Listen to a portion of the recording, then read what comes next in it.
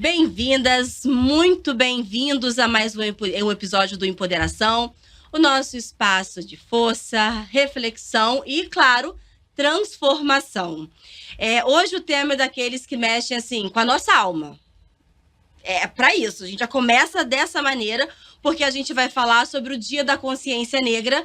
E como eu já falei aqui, é todo dia. É resistência, orgulho e ação na construção de um Brasil antirracista. Isso é o que nós fazemos aqui no Empoderação e as nossas convidadas, elas fazem no dia a dia e uma delas especialmente carrega isso na essência e no sobrenome. E no nome, né? Eu convido você a ficar aqui no Empoderação, porque hoje o bate-papo vai ser muito bacana. Fica com a gente.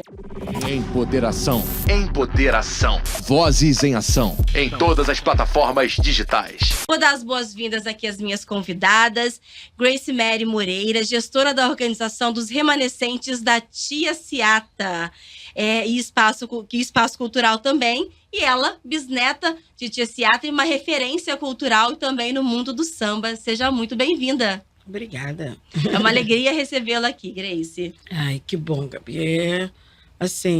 É muito prazeroso estar aqui e falar um pouco, né, sobre as nossas raízes culturais, do que a gente traz, das ações também antirracistas que hoje, os remanescentes Tia Seata, que hoje tem a Casa da Tia Seata, procura cada vez mais promover e difundir.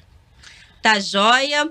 Acompanhando aqui, nós temos a Adriana Barbosa, diretora do Viva Pequena África, diretora executiva do Instituto Feira Preta e idealizadora do Feira Preta Festival, um dos maiores eventos de cultura e empreendedorismo da comunidade negra da América Latina. Adriana, também é uma gratidão recebê-la aqui. Imagina, eu fico muito feliz por a gente fazer essa prosa aqui. Eu tô aqui do lado da Grace. Bom, fiz a apresentação formal de vocês, mas agora eu quero que vocês se apresentem por vocês mesmas. Por favor, Grace, como você se vê? Você que é uma referência, construiu a sua história, mas também pautada na essência, em tudo que Tia Seata construiu, ela que abriu aí os caminhos, principalmente aqui no Rio de Janeiro, para o reconhecimento da cultura afro, para nossa valorização, autovalorização. Quem é Grace Mary? Grace Mary é uma pessoa que se inspira na ancestralidade, se inspira em Tia Seata e é o que me move.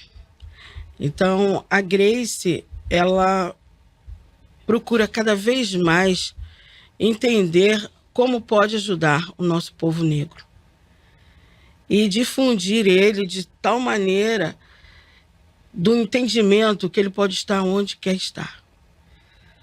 Porque eu lembro, e a gente vê isso, que alguns anos atrás a gente não tinha a dimensão, porque a falta de memória, porque era um país sem história, e hoje a gente tem a história falada, narrada, escrita, para poder justamente empoderar os nossos. E é assim que a gente segue. Por favor, eu quero agora que você, Adriana, se apresente, né? Como você se vê, quem é a Adriana no mundo? Primeiro que eu sou mãe da Clara, filha da dona Regina. Quantos anos, a Clara? A Clara tem 12 anos e eu gosto de me apresentar pela minha família porque eu venho de um matriarcado também, assim como Grace.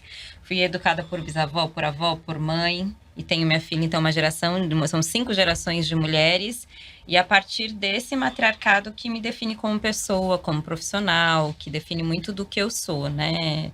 No mundo e o que eu consigo aportar, né, nesse mundo, e tem a ver muito com o que a Grace trouxe, né, de olhar a nossa cultura negra, se apropriar dela e difundir da melhor maneira possível.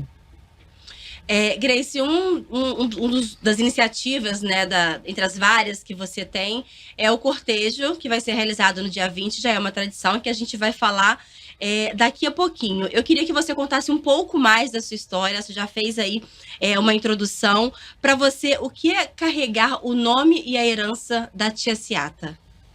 É uma responsabilidade enorme. Aí, como a Adriana falou, Nós somos 4 gerações em prol da cultura, em prol de todo o fortalecimento que a gente vê nacional e internacionalmente. Então, quando eu vou falar de mim, eu também tenho que falar da minha mãe e do meu pai, né? O meu pai foi um dos fundadores da Estácio de Sá, também foi fundador do Clube do Compositor, da SBACEN, onde tem arrecadação de direitos autorais, e minha mãe, que também é uma das mães do samba.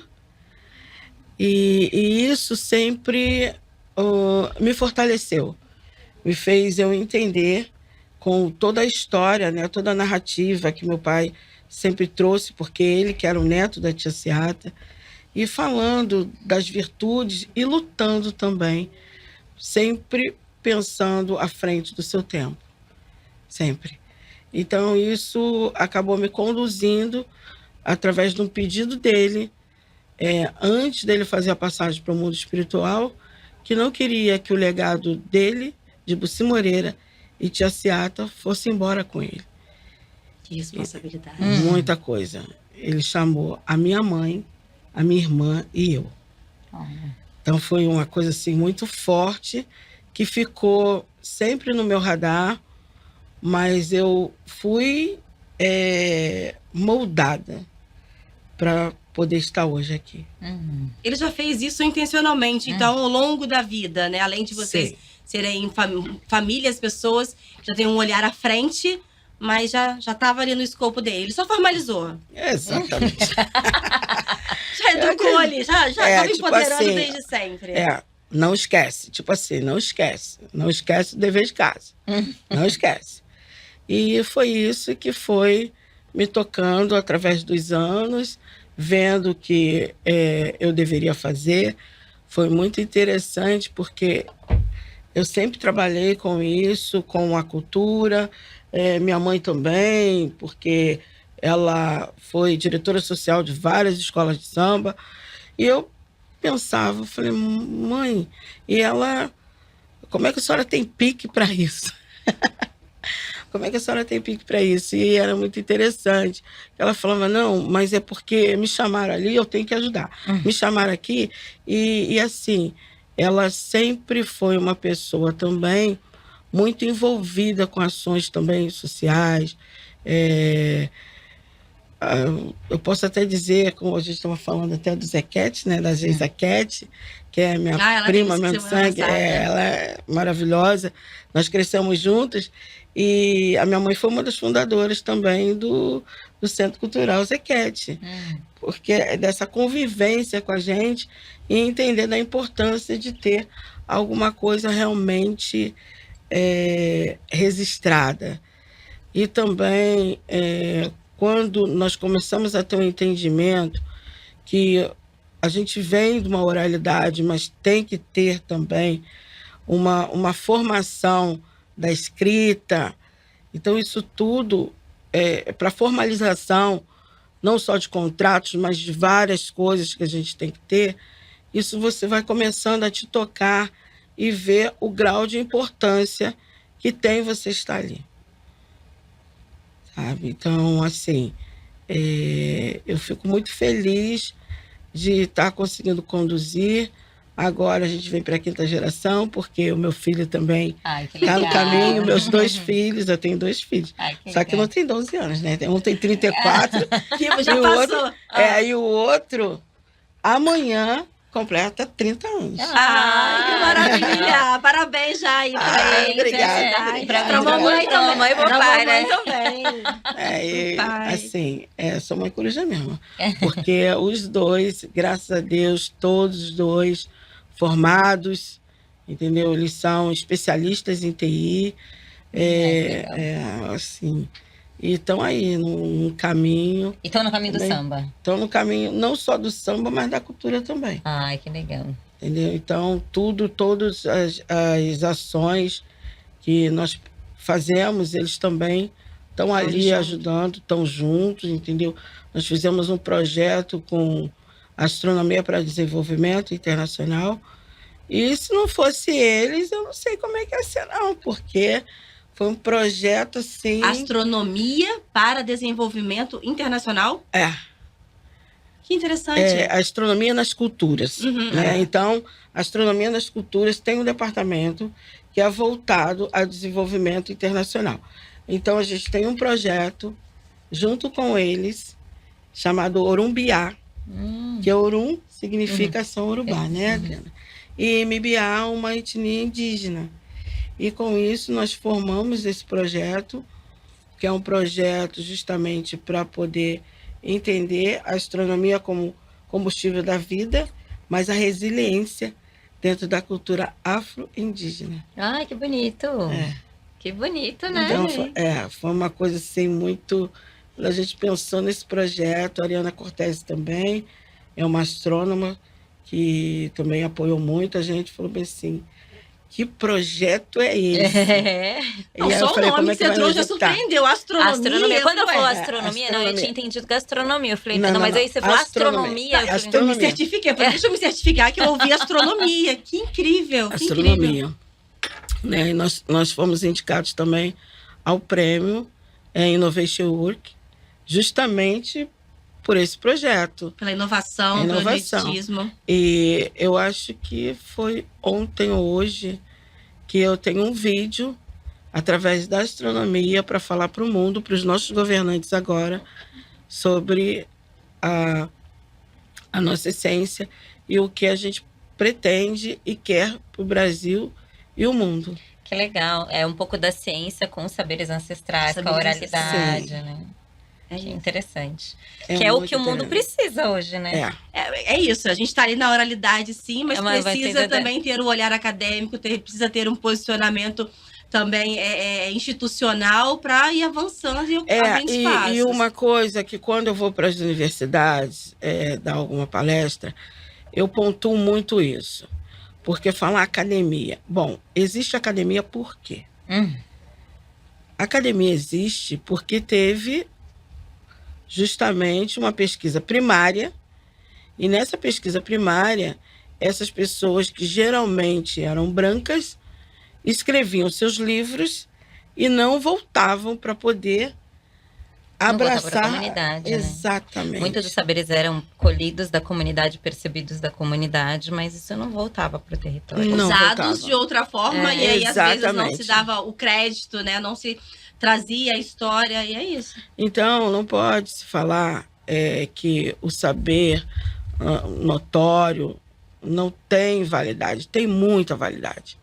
Inclusive, isso já está aberto mesmo nas universidades, porque eles estão entendendo que se não fosse essa pesquisa primária e todos aqueles que deram caminho, eles não teriam Não geraria tal quantidade de conhecimento, de escrita, precisa da nossa realidade. Precisa. Eu tenho falado muito sobre isso. Mas precisa também do retorno, né? Precisa do retorno, Tava falando sobre isso, da COP, né? Que agora estão lá definindo a questão.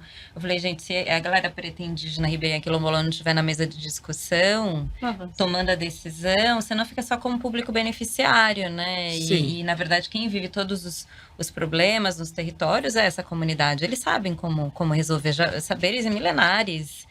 E é onde que eu acho que a parte cientista precisa considerar esse saber também como uma ciência, né? Claro, é exatamente isso que ela trouxe, né? Quer dizer, é o meu entendimento também. Sim, e assim, esse projeto Orumbiá mostrou muito isso. Mostrou os saberes ancestrais, como eles se traduziram dentro da astronomia também. Ai, que legal. Então, isso. quando você vê... É incrível, é incrível. Eu sou apaixonada por esse projeto. Eu imagino. Esses meus filhos, que orgulho! Parabéns. Foi assim, foi muito prazeroso e ainda é. Então, nós fizemos a primeira jornada internacional entre as culturas afro-indígenas e a astronomia.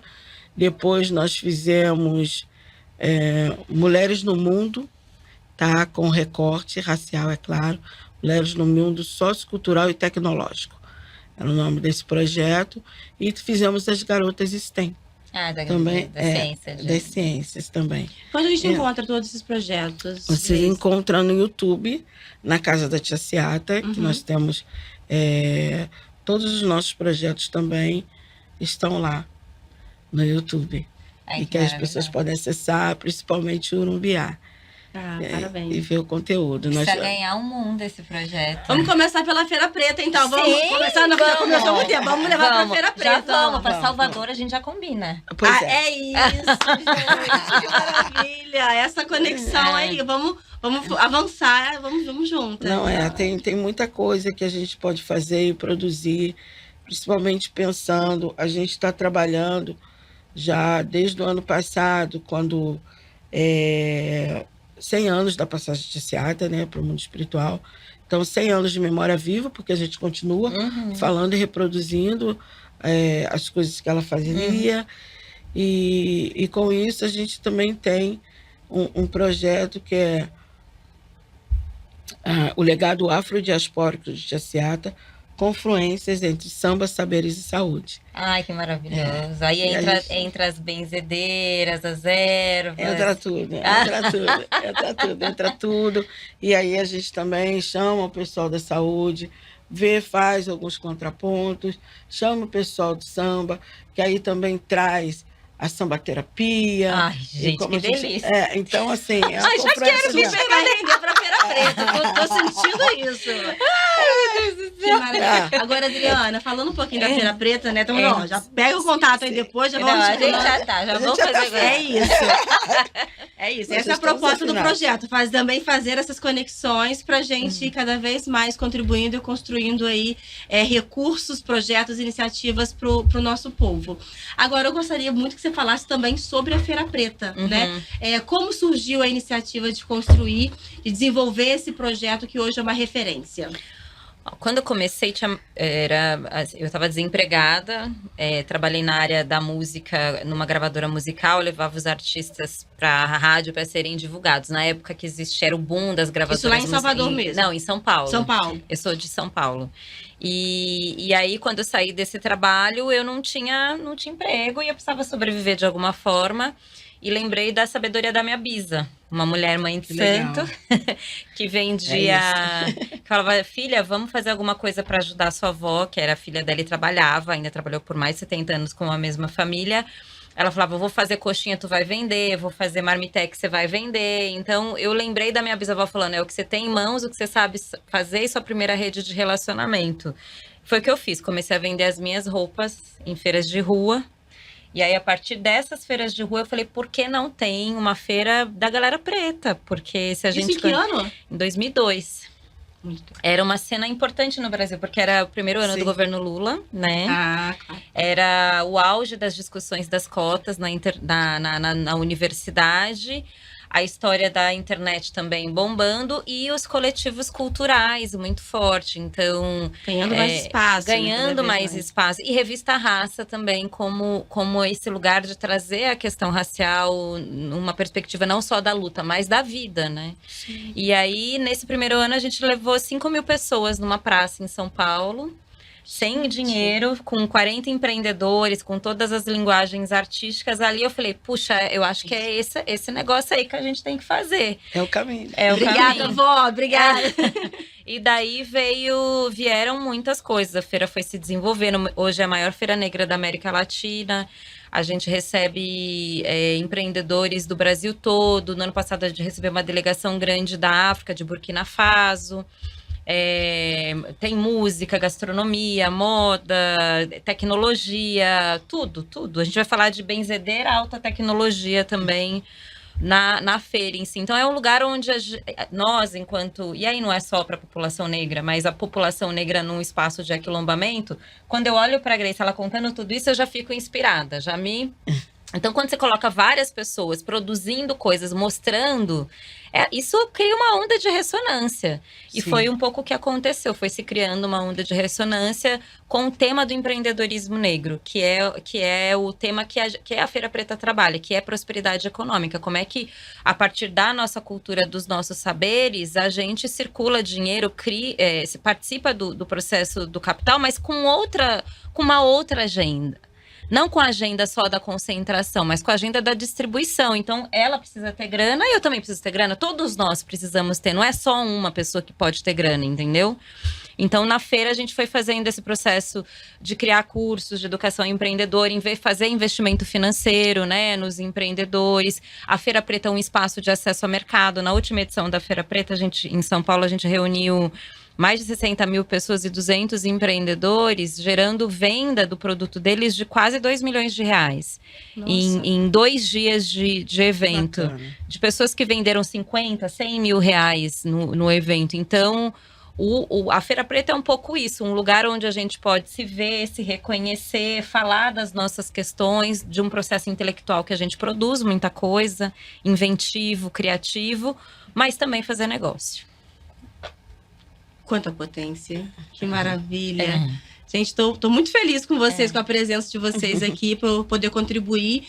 Aqui a Grace trazendo esse outro olhar sobre as inúmeras atribuições e iniciativas que ela desenvolve, né? E eu queria trazer dentro do que você está colocando, assim, da questão do aquilombamento, desse empoderamento que a gente tem, e de que a coisa que vai crescendo e um vai trazendo o outro, um vai puxando o outro. Na minha visão, e eu quero saber muito o que vocês enxergam disso, como vocês entendem isso, eu acho que isso é fundamental para a gente conseguir avançando, é investir também nessa união, nessa coletividade. Sim. É assim que você enxerga, Grace? Sim, é total, porque se você não trazer e não usar essa criatividade, a coletividade para prosperar, fica muito difícil. Então, a forma que a gente traz, no caso, aí eu posso dizer eu também, a Adriana, é de uma forma que fica leve, as pessoas entendem com facilidade e reproduz. Sim. Porque é isso que a gente quer, que sejam nossos multiplicadores. É isso. Sim. É bem a expansão mesmo. O início da Tia Seata foi isso. De um aquilombamento, de uma estratégia, porque tem um refinamento estratégico aí. Total. Né? De como é que a gente vai resistir, né? E aí isso vai se reverberando. Eu não vejo outro caminho no Brasil, dado o contexto que a gente teve histórico do processo de escravização, se não for pela coletividade, não existe. Hoje eu não acredito nisso. Tem os processos de representação individual, mas as representações individuais, elas vêm de um processo que é da coletividade. Para cada artista que está lá e tá bem, precisa que eu celebre esse artista, que eu consuma desse artista. Que tenha aberto o caminho antes, né? Que ela goste, e aí ele tá lá representando, mas a partir de um processo coletivo, né? Então, para mim não existe hoje nenhuma referência grande de reconhecimento que não parta de um histórico de coletividade negra. A nossa construção, ela é de África, e África é coletiva. É um continente com mais de 50 países. O conceito da tribo é a mesma coisa das comunidades indígenas. É muito difícil você ver só um indígena. Você vai ver a comunidade. Ontem, né, no processo da COP, quando mais de 3 mil indígenas estiveram para reivindicar esse processo. Não, a gente está aqui. Então, a gente não pode perder isso. É importante, o processo de ascensão, de uma maneira individual, é incrível. Mas elas nunca podem esquecer de onde elas vêm. Não, isso não. Isso não pode. Só que isso acontece, né? Muito. E eu acho que é por isso que ele precisa chamar a atenção. Volta para trás, amor. Olha da onde tu veio. Olha aí. Dá uma olhadinha porque aqui. Se a gente tem um pouquinho de voz, essa voz tem que ecoar. Tem que ecoar. E vai representar muitas pessoas. Exatamente. E é uma responsabilidade também. Que ela trouxe. É isso. A continuidade do legado da Tia Seata é uma responsabilidade quando foi acreditada, né? Pois é. A continuidade. A continuidade é tudo também. Porque quando você parece que para tudo. Então, você tem que abrir o caminho também para outros estar ali e continuar nessa jornada. E que é uma jornada que não é fácil.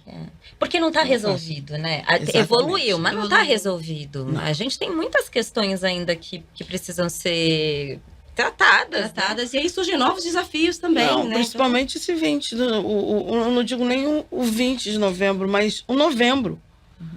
Todo mundo quer fazer as coisas em novembro por causa da consciência negra.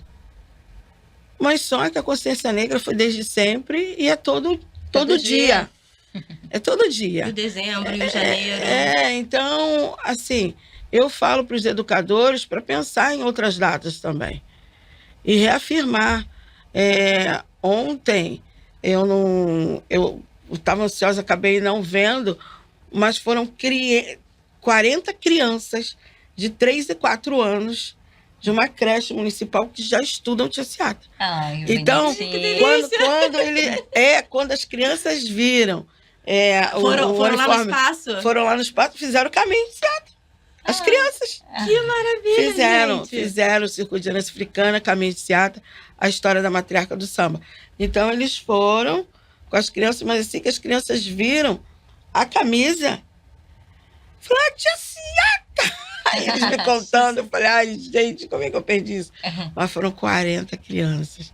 E eu fiquei muito feliz. Então, pequenininhas, né? 3, 4 anos. Pequenininhas e já sabiam tudo de Tia Seata. Assim, Isso é incrível, a só continuidade. reforçou. Dá um quentinho no coração, Grace. Não, com certeza, com certeza. Porque sai de você e vai pro mundo. Saiu da Tia Seata e foi pro mundo. É isso, então é muito prazeroso. Ontem nós fizemos também o circuito com as CREs.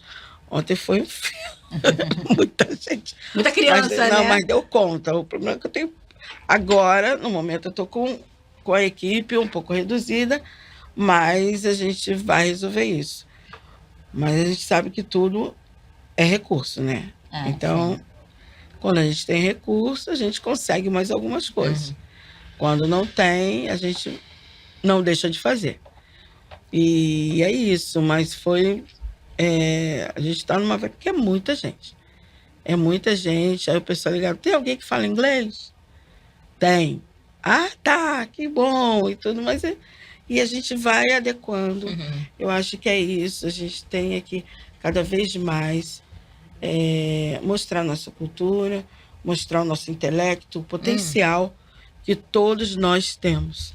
Entendeu? Independente da epiderme. Porque a gente sabe que a melanina, ela grita. E quando ela grita, é por causa da falta de oportunidade para esses que têm a melanina mais escura. E aí temos a Adriana com a Feira Preta, com toda essa potência, você também com o seu trabalho, ajudando, contribuindo e fazendo as coisas acontecerem. E a cultura, ela é isso, ela é a coletividade, né? Talvez seja o que mais tem ali essa potência, essa força, esse potencial de conexão. Sim, porque quando nós somos descendentes de reis e rainhas. E quando alguns foram capturados para ser escravizados, eles foram pontualmente escolhidos. Porque nós temos arquitetos, nós temos geólogos, tudo que vieram de lá. Então, a construção do nosso país foi puramente feita pelo povo preto, pelo povo negro. Então, é o que eu digo, a gente está criando espaços de oportunidade para esse povo que sempre teve um intelectual muito alto e avançado, mas muitas vezes não se reconhecia porque não estava nos nossos livros, e hoje está. Hoje está. Olha, finalmente a gente tem leis para isso, né? Que as escolas possam absorver, né? Sim. Porque o processo, eu acho que é importante você trazer isso. Um dos processos que adoeceu muito a população negra foi a não possibilidade de construção do nosso intelecto. Durante muito tempo, associavam a gente só com o serviço braçal, né? Mesmo os quadros de Debré, a representação, as cabeças pequenininhas, corpos másculos, como se o nosso único aporte na construção desse país fosse para serviço braçal.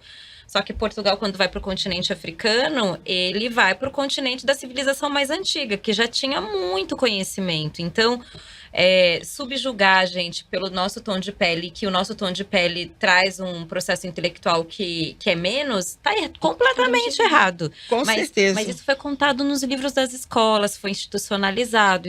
Isso foi uma única possibilidade de história contada durante muitos anos.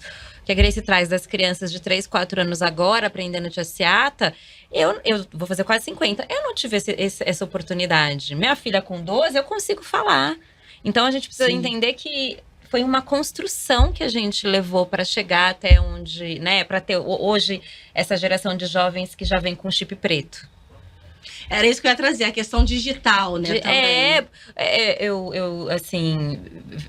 Meu sobrinho ama Neymar, mas o Neymar durante muito tempo negou a questão racial. Você imagine para um ícone, jogador de futebol, que não se colocava numa questão racial, tendo uma série de jovens vendo ele como referência e ele não se reconhecendo, quanto para os garotos demoraram também para se reconhecer como, né, como pessoas negras.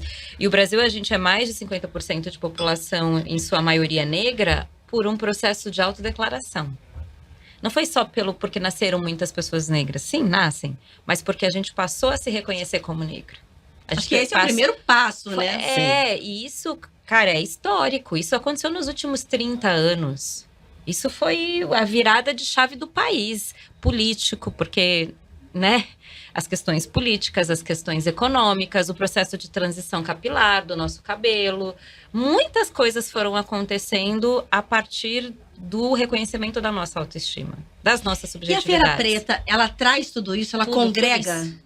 Ela é isso. Muito bacana. É isso, porque quando a gente vai lá, eu lembro as primeiras linhas de maquiagem, era a dona... Não tinha, era a dona Maria do Carmo, falecida, né, vai fazer uns 2 anos, com a marca Moene, que tinha lá na Galeria do Rock, em São Paulo, onde vendia. Mas para ter a Avon Natural de maquiagem, precisou de 30, 40 anos atrás de uma mulher negra, sem poder de produção industrial, a produzir maquiagem de maneira artesanal. Provavelmente sem recursos, sem conhecimento acadêmico, só com referencial ancestral, com conhecimento... E tem vídeos na Feira Preta do primórdio, de 20 anos atrás. Não, eu venho na Feira Preta, eu saí da minha cidade para comprar maquiagem, porque na minha cidade não tem. Porque era lá onde eram lá que estavam as pessoas negras olhando, empreendendo para atender a demanda de consumo da população negra. Demorou muito para as marcas entenderem isso. Isso traz uma questão importante, e aí eu pergunto para você e depois eu passo para Grace, do impacto da Feira Preta, né, sendo essa potência pro reconhecimento da pessoa racial, né, de cada um, do coletivo, o quanto principalmente impactou a economia. Isso foi gigantesco, porque as pessoas começaram aí 5, 10 ônibus, tinha ônibus do Rio de Janeiro que saía fretado para ir para feira e falava, nossa, é isso? Voltava e quero empreender, eu quero fazer feiras. Começou a pulverizar várias feiras no formato de Feira Preta pelo Brasil todo, empreendedores negros empreendendo e pessoas negras consumindo desses empreendedores negros. O Brasil é uma referência em empreendedorismo negro na América Latina. Depois dos Estados Unidos, é Brasil. É Brasil? Dado relevante. A gente está falando de mais de 20 milhões de empreendedores. Mulheres negras, sobretudo, tá? E aí é resquício da época da Tia Seata, com as ganhadeiras. As mulheres africanas eram as que eram donas do mercado até hoje. As relações comerciais eram as mulheres, a gente herdou isso. As mulheres tabuleiro da Bahia, do Acarajé, tudo é resquício. Se tem essa palavra palavra empreendedorismo não dá conta dos nossos fazeres, o que é. Quando você coloca no Google qual a representação da figura empreendedor, vai aparecer normalmente um homem branco, engravatado com a maletinha. Mas a representação no Brasil são as mulheres negras. Com certeza. Agora, o Grace, vamos falar primeiro sobre isso, sobre esse impacto econômico, porque a gente está falando do ponto de vista aí da Feira Preta, né, que tem essa relevância, que está há anos aí trilhando esse caminho, cada vez mais crescendo, trazendo novos empreendedores e levando a cultura, a autoestima para o Brasil, né?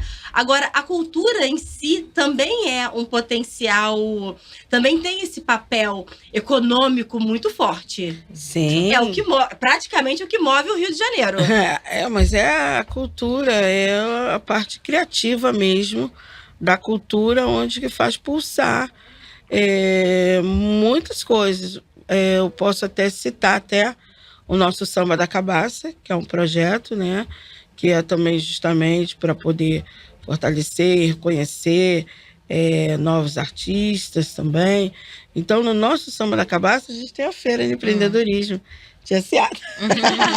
Claro. A gente tem essa feira onde que a gente tem um recorte de empreendedores negros, entendeu? Então, é uma forma da gente trazer esses empreendedores, eles mostrarem também o trabalho deles em si, junto com a roda de samba.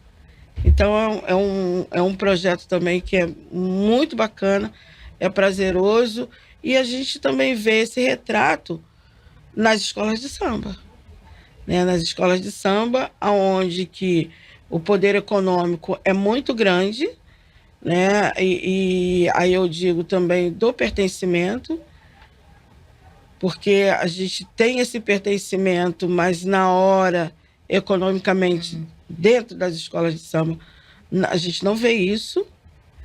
E é uma coisa que acaba incomodando muito, mas eu acredito que a gente está avançando e vamos avançar cada vez mais para esse entendimento de, conforme a Adriana disse, de compartilhar.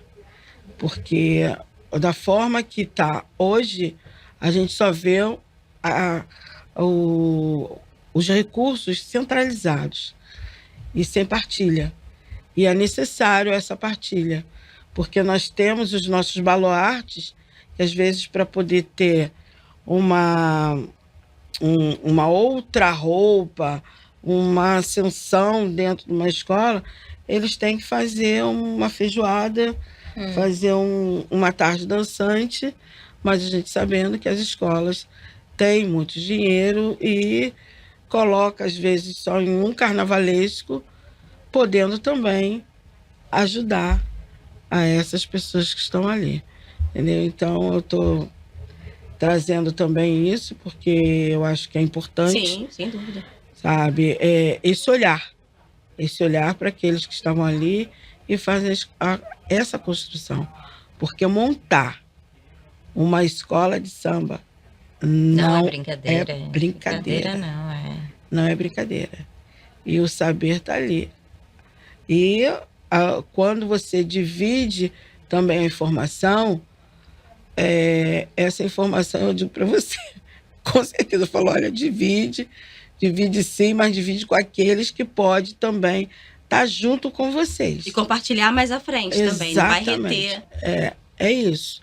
Porque é todo um processo, mas é um processo também de dar visibilidade a essas pessoas que fazem o maior espetáculo da Terra. Sim, todo o processo de costura dos carros alegóricos, dos ritmistas, é uma percentual gigantão de mulheres negras, de população preta que faz acontecer, de fato. Né? Então, eu lembro de uns anos atrás, quando eu comecei a fazer faculdades da economia criativa, e aí eu me deparei com um professor que chama Juarez Xavier, que ele estudava os arranjos produtivos locais nos terreiros de candomblé, nas capoeiras, nas escolas de samba, e ele falava assim, olha, a gente precisa começar a valorar o processo intelectual e a nossa mão de obra. Sim. Porque senão porque a gente gosta, a gente distancia, fica só no subjetivo e não vai para o técnico. E aí é onde acontece o processo de apropriação. Então, a gente precisa ter um olhar criativo, intelectual, apaixonado, mas também um olhar de gestão, para que não se perca isso da mão das pessoas negras que ajudam a construir, entendeu? O processo. E a gente precisa monetizar, né, as costureiras, elas estão ganhando decentemente para fazer as fantasias, entendeu? Cada pessoa tem importância num processo de construção de uma escola Sim. de samba. Não é só o carnavalesco, né? Não é só a direção. Não é só a passista, a rainha, né? Que ela foca muito, né? Principalmente nas que não são da própria comunidade, não estão ali no dia a dia, né? Mas um espaço, digamos, mais midiático, mais de visibilidade do que de pertencimento, de reconhecimento e apoio mesmo à própria comunidade, né? E a escola é da coletividade, né? A escola de samba, ela é por premissa coletiva, ela não é de uma pessoa, é muitas pessoas para fazer aquilo, o espetáculo acontecer, são milhares e milhares de pessoas para que aquilo aconteça. Então, o ano todo, né? Não é só todo, ali naquele recorte, literalmente, do carnaval. Apesar que o ano todo, nem sempre. Por quê? Nem sempre não, porque tem um período que o pessoal aí também veio, a gente, através de uma pesquisa e fazendo também alguns recortes, que depois do carnaval, fica um período todo mundo sem trabalho. Entendeu? Então, essa é a importância também das escolas pensarem, e algumas já estão fazendo isso, de fazer formação de pessoas ali, dando condição para outros entender e também gratificar, porque não dá você ficar 6 meses sem trabalho. Então, Se dedicar tanto, se entregar tanto durante um período para o maior espetáculo da Terra acontecer, e aí depois você se vê desempregado, sem trabalho, sem ter recurso para levar a comida para dentro de casa. Então, isso aí, algumas escolas já estão fazendo isso, já estão pensando, já estão fazendo, e é isso que a gente quer, que realmente a coisa aconteça, que o nosso povo se reconheça, e já estão se reconhecendo, já estão se empoderando, e eu fico muito feliz com isso. Isso poderia ser uma política pública, né? Aquela entrona aqui. Não, é para isso, é para Não, isso. mas Já estou anotando aqui, política pública. Não, mas a política pública, você falou corretamente, É Adriana. uma bolsa, Porque né? E são ações afirmativas, né? Sim, é uma boa. Tem tantos programas de assistência, por que não pensar numa bolsa de assistência para a comunidade que produz o carnaval, para que ela fique em casa pelo período de 6 meses com um valor mensal caindo na conta? Porque quando a gente pensa no carnaval, ele não é só para a escola, é o que movimenta toda a cidade. Então, como é o carnaval conhecido globalmente, a quantidade de turistas que vêm para cá, o movimento dos hotéis, o movimento dos restaurantes, a cadeia produtiva, toda né? a cadeia produtiva se beneficia de uma força de trabalho da comunidade que não pode ficar 6 meses sem comer. Né? Então, eu acho que se olhar para isso, né, e poder transformar isso numa política pública, numa bolsa e inclusive depois até previdência, porque como é que depois as pessoas se aposentam, como se aposenta, você vai contar para aposentadoria? né? Seria incrível. Chama comércio local, todo mundo. Gente, vamos criar um fundo garantidor aqui que garanta essas pessoas para que elas fiquem durante 6 meses, né, a não possibilidade de produção, mas que tenha minimamente uma renda, até que ela se prepare para voltar novamente e produzir para ter o espetáculo global do mundo. Porque senão daqui a pouco a gente não consegue mais ter esse espetáculo. Vamos, né? Porque as pessoas sucumbem, né, gente? Por mais que ame o carnaval, o samba, o quanto é importante, é a essência ali de muitas comunidades, mas a gente precisa comer. Sim. E é 6 meses. E ter esse cuidado, né? E é 6 meses que você pode garantir uma bolsa, mas instrumentalizar, fazer os processos de formação, as pessoas, né? Sim. Empoderar essas pessoas. Olha isso. Hashtag fica a dica. Hashtag fica a dica aí para os nossos governantes. Vamos aproveitar. Aproveitar o momento gerar é esse. políticas públicas mesmo. Públicas, Agora, vamos falar do evento do dia 20, propriamente dito. Eu queria que você falasse sobre o cortejo, né? Como que já é uma tradição aqui no Rio de Janeiro. Explica pra gente o que é esse outro espetáculo. Realmente é um espetáculo. O cortejo, ele é muito prazeroso. Quem idealizou foi Sandro Lucena, que foi através de fazer um trabalho, né, que foi aí que o bacana, né? Foi construído por várias mãos com material reciclado, geladeira, porta, ventilador. E para sair com essa escultura, nós chamamos algumas pessoas, né, e algumas instituições, e daí acabou se tornando um evento multicultural. Então, hoje, a gente tem uma série de instituições vindo conosco, né? Todos os maracatus do Rio de Janeiro vêm conosco. O Batuque de Seata, Fina Batucada, Sonho Beija-Flor, que é a Escola Menina da Beija-Flor,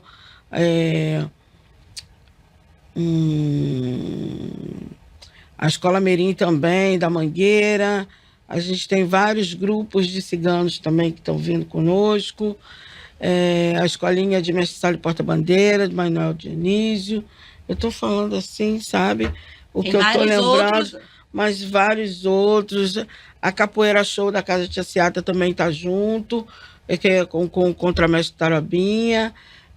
As Baianas do Samba, que são um grupo só de baianas, a gente tem 88. Então, só para você imaginar a quantidade de pessoas. Né, Qual é a de estimativa de instituições. público? Bom, geralmente, assim, em 5 mil, às vezes vai mais. É bastante, Porque gente. Porque o que acontece? A gente passa com o cortejo, a gente faz um circuito. Primeiro a gente começa às 10 horas da manhã, com esquenta, e vem a apresentação, e os grupos vão se apresentando. E quando chega por volta de 11h30, a gente começa a nossa formação. Meio-dia, em ponto, a gente sai pela Benedito Hipólito. A gente sai do terreirinho da Seata, que fica dentro do Calouste Bacon, sai do terreirinho, né? Depois faz essa formação, vai para Benedito Hipólito, pega o Campo de Santana. Do Campo de Santana, nós pegamos a Presidente Vargas, junto com essa escultura lúdica de Tia Seata de 5 metros de altura. Que legal. Junto com a escultura. E nós levamos até Zumbi. Quando chega em Zumbi, a gente posiciona a escultura e ela dá um comprimento simbólico a Zumbi dos Palmares. Então, eles estão separados pelo tempo, mas juntos no Distrito Cultural da Praça 11. Ai, que bonita. É a passagem de bastão, né? Sim, e aí nós fazemos um rufar dos tambores. Todo mundo que está com instrumento toca. Ai, que bonito. Leme Aió também toca com a gente, que é o afoxé. As filhas de Gandhi também. Então, quer dizer, assim, vocês imaginam, é muito lindo, é muito lindo. E eles vêm mesmo fazendo a homenagem à Tia Seata, entendendo todo esse legado, porque quando a gente fala nos ciganos, ela abrigou os ciganos. A gente também tem o rancho da Praça 11, que é justamente um rancho fundado por judeus, descendentes da época de Tia Seata. E eles vêm conosco também. Que maravilhoso. Então, todas as referências culturais, se a gente fala em Maracatu, a gente fala das baianas. As baianas do Maracatu também é uma referência à dança. Mas por quê? Porque Tia Seata vestiu as roupas de baiana. E com essa ousadia dela, é que ela começou a vender os quitutes na rua, vestidas de baianas de terreiro. E hoje a gente tem o quê? As baianas de Acarajé. A construção. Empreendedorismo. Então, e aqui no Largo da Carioca, vocês já escutaram falar em Tabuleiro da Baiana? Já. Mas sabem por quê? Não. A Tia Seata reunia as baianas ali, para espalhar pela cidade. Meu Deus, gente, Eles tentaram fazer o apagamento, só que eu sempre falo que é tentativa, mas continuaram chamando ali de Tabuleiro da Baiana, porque a Tia Seata reunia ali. Ela era muito estratégica, né? Demais da conta. Que mulher. E tudo, aí é que tá. Tudo que ela via que dava certo que ela fazia, ela chamava as outras tias. Chamava a Tia Mônica, Tia Veriziana, mãe de Donga, Tia Amélia, mãe de João da Baiana. E aí ia juntando. E eles eram jovens quando começou. Na casa dela, ensaiar todos os ritmos musicais. E dali mesmo, aqui da Praça 11, é que, em Todos os Prazeres, começou a chamar a Casa Tia Seata de capital da Pequena África. Porque ali ela reunia o pessoal do continente mesmo, né? Então ele já teve aquela visão de ficar chamando. E Acho que vem daí essa história que o pessoal fala que o Rio é capital dos grandes eventos, é capital da Tia Seata, então, capital da Pequena, tá explicado. Pode ser, viu? Eu acho que gente, assim, é fantástico como aqui que é a construção. E ela chega no Rio quando? Ela chega aqui no Rio em 1876. Olha só, Pouco gente. tempo antes da abolição, né? Pouco tempo antes. Ela vem, você sabe de que parte da África? Não. Os pais dela, É. né? Porque ela nasceu aqui no Brasil. Os pais dela. Os pais dela. Hum. E a gente ainda está numa pesquisa aí muito legal. Você já fez o teste de DNA? Já. É. Mas só que o meu teste, ele não dá o lado da tia Seara. Ele dá o lado da minha mãe, e não o lado do meu pai. Tá. Então eu teria que fazer, eu fiz esse teste, foi com... Eu lembro que na época, quem estava presidente da Fundação Palmares... O Zulu. Não. Foi o Benedito Sérgio. Tá. Foi mais um pouquinho para trás. E Benedito Sérgio falou, não, a Grace vai fazer também o teste. Então, foi uma série de pessoas, foi na leva que a Zezé Mota também fez. Então, foi um grupo fazendo esse... E aí, no caso, eu ia fazer o teste misto, que aí no teste misto aparece. Pegaria os dois. Isso é legal. Aí pegaria os dois. Mas eles acabaram não fazendo o teste misto e eu fiquei só com o lado materno. Materno. Mas eu ainda vou fazer. Faz. Eu, quando fiz o meu teste, foi muito interessante, que vem de uma região chamada... Já que você está falando, é importante você contextualizar a importância do teste. Tá. O teste do DNA, ele é o teste para a gente saber de onde a gente vem. Isso foi negado para a gente, né? No processo da colonização, a gente foi tirado, eu digo a gente porque eu sou, né, dessa descendente de vários locais, sem a gente poder entender depois da onde vem a nossa dinastia, né? E no teste do DNA, quando eu fiz, deu que eu venho de uma região chamada Costa da Mina. E a região da Costa da Mina é a região dos mercados, das mulheres do mercado. Tá explicado, gente. Legal. Tá explicado porque por causa da feira. Deu tão Depois eu certo falei, empreendedorismo. gente, olha, tem tanta... E tem uma história que chama da Emília do Patrocínio, que foi uma das primeiras mulheres escravizadas aqui no Brasil, que ela foi uma mulher que ela gerou muita prosperidade. Ela era a dona das bancas dos mercados. E ela é dessa região, entendeu? Da região da Costa da Mina. Então, tem muitas histórias que são interligadas, entrelaçadas, entendeu? Mas é isso, por isso que a gente precisa olhar para trás para conhecer a história, para registrar, para isso não se perder, porque hoje é necessário fazer um teste de DNA para a gente poder resgatar as nossas origens, né? Então, às vezes a gente não sabe nem se eu for olhar para trás, assim, eu sei da minha história até minha avó só. Aliás, minha bisavó é difícil, né, saber mais, datar, saber de onde veio, porque foram escravizados. Então, isso se perde, por isso a importância, além da oralidade, que é o que a gente faz com maestria, mas também, né, retratar, registrar, escrever ali, fazer vídeo, fazer um programa, assim, para contar as histórias, para ter como referência. Nós temos um grupo de pesquisa, ele ficou desativado um tempo, mas a gente está todo em um processo, a gente tem os pesquisadores lá na Bahia, no Recôncavo também, elas vieram para cá, para a nossa primeira entrega da nova casa de Jaciata. Então, é toda uma construção, entendeu? E a pesquisa é fundamental. Sim. A pesquisa é fundamental. O futuro, eu falo que futuro não é o que está por vir, é a memória que a gente precisa saber. Por que tudo isso, né? Mas é muito importante. Vamos falar de futuro, que a gente está quase acabando, que nosso tempinho já está no finalzinho, mas você trouxe uma abordagem interessante. Futuro. A gente está falando da importância da ancestralidade, né, do olhar a nossa história, reconhecer, de registrar. Mas a partir disso, como a gente pensa o futuro? O que a gente faz? Como a gente segue para o futuro, Adriana? Eu acho que o futuro ainda nessa história da memória é entender como se deu toda a história, né? Qual foi essa construção para a gente traçar a rota sem inventar roda. Porque às vezes a gente acha que está sempre inventando a roda. E as novas gerações trazem muito isso. Não, amor, muitas coisas já foram construídas, já foram testadas, já foram, né? O tema agora é mudanças climáticas. Cara, não tem como resolver o clima se não olhar desses saberes ancestrais, de como fazia.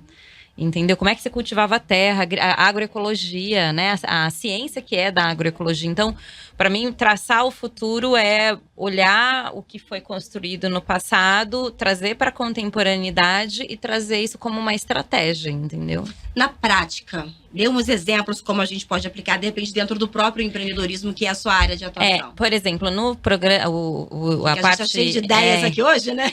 A parte educativa do empreendedorismo, a gente construiu um método de educação empreendedora, que chamava Afrolab, e hoje é Feira Preta Cria. E quando eu fiz o processo de cocriação com outras pessoas para construir a metodologia, vieram muitos saberes ancestrais. Tinha comunidades lá, lideranças de comunidades, e tinha uma universidade, que era uma universidade do Reino Unido especializada em economia criativa, que é a área que a gente está. Então, do ponto de vista acadêmico, trazia a parte técnica, teórica. Só que quando a gente olhava para o que a gente fazia, e eles falavam como futuro, a gente falava, porra, mas a gente já faz isso. Então, como é que a gente une o processo da ciência acadêmica futurista com esses saberes ancestrais? Então, na prática, é um programa de formação que leva em consideração os saberes ancestrais, entendeu? Grace, repasso para você a pergunta, porque a gente tem aí a Tia Seata com toda essa história, né, com todo o legado dela. E a gente está aí, dia 20 de novembro, batendo a porta, e temos um futuro pela frente. O que é possível fazer, o que você visualiza, dentre as várias coisas que você já desenvolve, né, os vários projetos, o que dá para pensar para o futuro? O que dá para fazer para resgatar e ainda mais Tia Seata, o empoderamento, do autorreconhecimento, valorização do povo preto? Pesquisa. Pesquisa e formação. Isso é tudo, porque quando a gente forma e a gente mostra para eles a parte técnica, e nós temos bastante técnicos, mas a gente tem que ter cada vez mais. É isso que a gente precisa, de técnicos, o reconhecimento deles como pessoa, como intelecto, o desenvolvimento também, não só institucional, mas também pessoal. Então, isso tudo, eu penso que a construção de toda uma história que a gente está trazendo com a memória, a gente está olhando para trás, mas vendo o nosso presente para construir o nosso futuro. Mas como a Adriana também trouxe, a gente já tem isso. A gente não vai inventar a roda. A gente só vai trazer essa roda e publicizar ela de tal maneira que vai fluir e eles vão ser nossos multiplicadores. Exatamente isso, concordo. E preparar a juventude, né? Para eles saberem dessas histórias e eles continuarem o legado. Acho que esse é o grande desafio. É que a juventude se aproprie dessas histórias e dê continuidade. Ela foi convocada para dar continuidade. Minha filha, diariamente eu falo, filha, quando a mãe sair, eu quero ver como é que isso daqui vai ficar. E ela fala, ai, mamãe, não sei, mas ali já tem um... Mas já vai colocando ali a sementinha. Vai. Igual o pai de Grace fez. Assim. É isso, a gente precisa falar sobre isso com os nossos filhos, entendeu? Preparar a nova geração para o futuro e falar, filha, é daqui para frente, sabe? Senão vai ficar um Brasil sem memória. Vamos colocar a estratégia que Tia Seata tão bem usou lá atrás em E prática hoje, aqui também. E hoje, aí eu falo que o meu diretor de tecnologia e desenvolvimento institucional é o Nilson Moreira, tá? E acompanhado de Guilherme Moreira. Ai, são seus filhos. São meus filhos. Maravilhoso, Gente, não, que é incrível. isso. É isso. A gente tem que realmente fazer isso e buscar cada vez mais a nossa visão ancestral. E, conforme eu falei, é isso que me move todos os dias. Excelente.